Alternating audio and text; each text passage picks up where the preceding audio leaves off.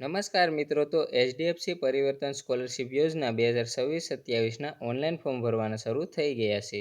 તો આ યોજનાનું ઓનલાઈન ફોર્મ ક્યાંથી અને કેવી રીતે ભરવું, તેના માટે કયા કયા ડોક્યુમેન્ટની જરૂર પડશે અને કોણ આ યોજના માટેનું ફોર્મ ભરી શકશે, તેમજ આ યોજના વિશેની અન્ય સંપૂર્ણ માહિતી આજના આ વિડીયોમાં જોઈશું. તો આ યોજનાની તમામ માહિતી છે તે તમને પરિવર્તન સ્કોલરશિપની જે છે તે વેબસાઇટ પરથી તમને મળવાપાત્ર રહેશે. જેવા આ વેબસાઇટ પર આવશો એટલે આવી રીતનું નવું એક પેજ હશે. તેમાં લખેલું હશે પરિવર્તન પ્રોગ્રામ 2026-27, જેમાં તમને કુલ 15,000થી લઈ અને 75,000 રૂપિયા સુધીની સહાય મળશે. જેવા તમે આ યોજના માટેનો નીચે સ્ક્રોલ કરશો એટલે આ યોજનાની તમામ માહિતી આપેલી હશે. એચડીએફસી પરિવર્તન સ્કોલરશિપ કાર્યક્રમ જે એક શિષ્યવૃત્તિ પહેલ છે, જેના દ્વારા જે છે તે વિદ્યાર્થીઓને નાણાકીય સહાય છે તે પૂરી પાડવામાં આવતી હોય છે. જે અંતર્ગત વાત કરું તો કે ધોરણ 1થી 12ના વિદ્યાર્થી મિત્રો, તેમજ જે છે તે ડિપ્લોમા અથવા આઈટીઆઈ અથવા પોલિટેકનિક કરતા વિદ્યાર્થી, અથવા તો યુજી અથવા તો પીજી એટલે કે જે છે તે પોસ્ટ ગ્રેજ્યુએશન અથવા તો અંડર ગ્રેજ્યુએશન કરતા વિદ્યાર્થી મિત્રોને આ યોજના અંતર્ગત છે તે કુલ 75,000 રૂપિયા સુધીની સહાય છે તે મળવાપાત્ર રહેશે. જેથી કરી અને તે આર્થિક પરિસ્થિતિમાં જો હોય તો તેને જે છે તે નાણાકીય સહાય પૂરી પાડવા માટે આ યોજના છે તે બહાર પાડવામાં આવેલી હોય છે. તેવા વિદ્યાર્થીઓને જે છે તે પ્રથમ પ્રાયોરિટી આપવામાં આવતી હોય છે, જે આર્થિક રીતે જે છે તે નબળા હોય છે અને તે જે છે તે શૈક્ષણિક યાત્રામાં જે છે તે તેનો વિલંબ ન આવે અને તે શૈક્ષણિક યાત્રા જે છે તે છોડી ન દે, તેના માટે જે છે તે આ સહાય પૂરી પાડવામાં આવતી હોય છે. આ યોજનાનું ફોર્મ છે તે તમે જોઈ શકો છો કે હવે અરજી કરો ત્યાંથી તમે જે છે તે આનું યોજનાનું ઓનલાઈન ફોર્મ ભરી શકો છો. તેના વિશેની પણ માહિતી તમને આગળ જણાવી દઉં. હવે તો કે લાયકાત શું હોય છે, તો કે આ યોજના માટે તમારે જે છે તે યોગ્ય લાયકાત શું હોય છે, કોણ કોણ આના માટેનું ફોર્મ છે તે ભરી શકે છે, તો કે ફક્ત ભારતીય નાગરિકો હોય તે જ આ યોજના માટેનું અપ્લાય કરી શકશે. જે હાલમાં જે છે તે વિદ્યાર્થી મિત્રો ખાનગી અથવા સરકારી અથવા કોઈ સરકાર માન્ય જે છે તે ગ્રાન્ટેડ શાળામાં ધોરણ 1થી 12 અથવા ડિપ્લોમા, આઈટીઆઈ અથવા પોલિટેકનિક અભ્યાસ કરતા હોય તેવા તમામ વિદ્યાર્થી મિત્રો આના માટેનું ઓનલાઈન ફોર્મ ભરી શકે છે. હવે તો કે અગાઉના વર્ષમાં તમારે જે છે તે ઓછામાં ઓછા 55% ગુણ આવેલા હોવા જોઈએ, તો જ આમાં તમે ફોર્મ ભરી શકશો. કુટુંબની આવકની મર્યાદાની વાત કરું તો કે તમારે 2.5 લાખ કરતાં ઓછી આવક મર્યાદા હોવી જોઈએ. ત્યારબાદ વાત કરું તો કે એવા વિદ્યાર્થી અરજદારોને જે છે તે પ્રાધાન્ય આપવામાં આવશે જે છેલ્લા 3 વર્ષ દરમિયાન વ્યક્તિગત અથવા કૌટુંબિક જે છે તે કટોકટીની સામના કરતા હોય, એટલે કે આર્થિક તંગીની સામના કરતા હોય અને તે શૈક્ષણિક ખર્ચ ઉઠાવી ન શકતા હોય તેવા વિદ્યાર્થી મિત્રોને પ્રાયોરિટી એટલે કે પ્રથમ જે છે તેનો લાભ મળવાપાત્ર રહેશે. નોંધમાં વાત કરું તો કે ખાસ જે ડિપ્લોમા કોર્સ કરતા વિદ્યાર્થી મિત્રો હોય તે ધોરણ 12 પછી ડિપ્લોમા કોર્સ કરતા હોય તેવા જ વિદ્યાર્થીઓ આમાં અરજી કરી શકે છે. જો તમે ધોરણ 10 પછી ડિપ્લોમા કરતા હોય તો તેવા વિદ્યાર્થી મિત્રો આમાં અરજી કરી શકે નહીં. હવે વાત કરું તો કે મળવાપાત્ર લાભોની, એટલે કે ક્યાંક ધોરણમાં કેટલી સહાય મળશે, તો તમે જોઈ શકો છો કે ધોરણ 1થી 6ના વિદ્યાર્થી મિત્રો હોય તેને જે છે તે કુલ 15,000 રૂપિયા સુધીની સહાય મળે છે. ત્યારબાદ ધોરણ 7થી 12 સુધીના વિદ્યાર્થી અને ડિપ્લોમા, આઈટીઆઈ અને પોલિટેકનિકના વિદ્યાર્થી મિત્રોને કુલ 18,000 રૂપિયા સુધીની સહાય છે તે આમાં મળવાપાત્ર રહેશે. ફોર્મ ભરવા માટે તમારે કયા કયા ડોક્યુમેન્ટની જરૂર પડશે, તો કે વિદ્યાર્થીનો પાસપોર્ટ સાઇઝનો ફોટો. ત્યારબાદ વાત કરું તો કે તમારે જે છે તે પાછલા વર્ષની માર્કશીટની જરૂર પડશે 2025-26ની. પછી અરજદારનો જે છે તે જાતિનો દાખલાની તમારે જરૂર પડશે, અથવા તો તમારો કોઈ ઓળખનો પુરાવાની તેની જરૂર પડશે, જેમાં આધાર કાર્ડ પણ ચાલશે.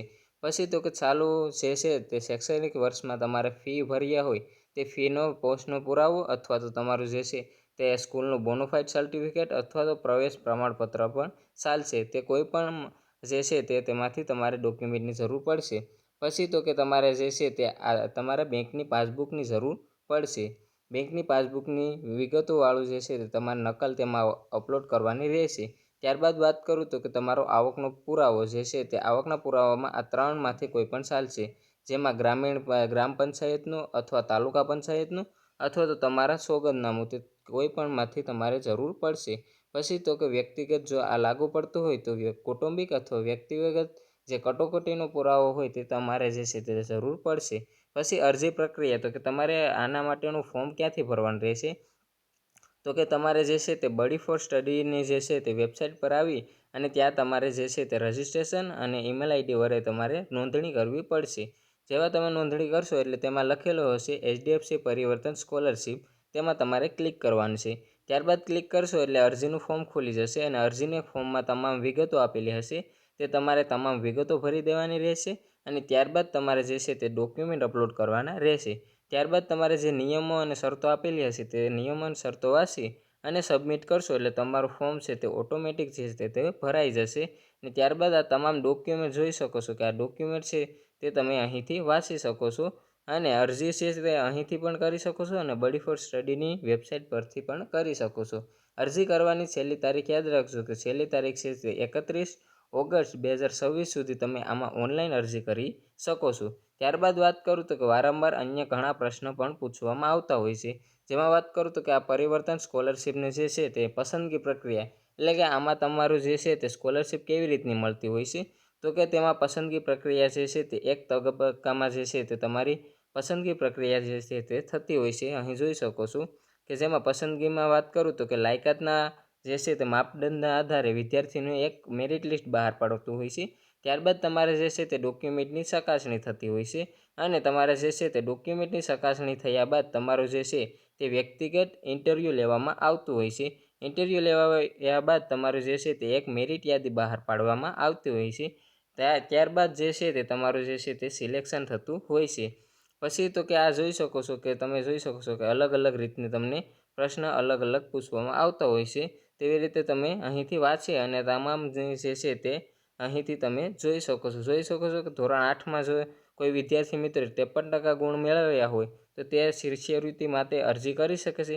એટલે કે 56% ગુણ હોય ન મેળવ્યા હોય અને તમારે એટલા ગુણ મેળવ્યા હોય તો તમે અરજી કરી શકો નહીં. તેવી જ રીતે જો પસંદગી થાય તો તમને જે છે તે અગાઉના જે અભ્યાસક્રમ માટે જે છે તે આ સ્કોલરશિપનો લાભ મળશે, એટલે કે આગામી વર્ષમાં સ્કોલરશિપનો લાભ મળશે. તો તમે જોઈ શકો છો કે તેના માટે જો છે તે ઘણા વિદ્યાર્થીઓને ઉપલબ્ધતાના કારણે તમારે જે છે તે અગાઉના વર્ષમાં મળી પણ શકે છે અને જો જરૂર હોય તો ન પણ મળી શકે છે. આમાં જોઈ શકો છો કે અલગ અલગ રીતના તમામ પ્રશ્ન છે તે અહીંથી તમે જોઈ શકો છો, વાંચી શકો છો આ તમામ પ્રશ્ન જે છે. અને તમને જો પ્રૂફ આપું તો કે અગાઉના વર્ષમાં તમને જોઈ શકો છો કે 2025-26 માટે જે પણ વિદ્યાર્થી મિત્રો જોઈ શકો છો કે 6553 કુલ એટલા વિદ્યાર્થીઓને આ સ્કોલરશિપ યોજના માટેનો લાભ મળ્યો હતો. તમે અહીંથી તેના નામ અને તમામ ડિટેલ્સ અહીંથી જોઈ શકો છો કે આ તમામ વિદ્યાર્થી મિત્રોને આ યોજના અંતર્ગત છે તે લાભ મળ્યો હતો અગાઉના વર્ષમાં. તો જે પણ વિદ્યાર્થી મિત્રો આમાં યોગ્ય પાત્રતા ધરાવતા હોય અને તેમાં આ યોજના અંતર્ગત તમે લાભ લેવા માંગતા હોય તો તમે ઓનલાઈન અરજી છે તે જે છેલ્લી તારીખ છે 31 ઓગસ્ટ સુધીમાં તમે જે છે તે આમાં ઓનલાઈન ફોર્મ ભરી શકો છો. અને આ યોજના વિશેને અન્ય તમને કોઈ પણ પ્રકારની પ્રોબ્લેમ હોય તો તે તમે મને કોમેન્ટમાં જણાવી દેજો, જેથી કરીને તમને ત્યાં હું તમને તેનો જવાબ આપી દઉં. અને આવી જ અન્ય યોજનાઓ અને સ્કોલરશિપની વિશેની વિગતવાર માહિતી માટે મારી ચેનલને હજુ સુધી સબસ્ક્રાઈબ ન કરી હોય તો સબસ્ક્રાઈબ કરી લેજો. આશા રાખું છું કે આ વિડીયો તમને ઉપયોગી થશે. વિડીયો તમને પસંદ આવ્યો હોય તો વિડીયોને લાઇક કરજો અને તમારા તમામ મિત્ર વર્તુળને શેર કરજો, જેથી તેને પણ આ માહિતીનો ખ્યાલ આવે. અને મારી ચેનલને સબસ્ક્રાઈબ ન કરી હોય તો સબસ્ક્રાઈબ કરી લેજો. મળીએ નવા વિડીયો સાથે. જય હિન્દ, જય ભારત.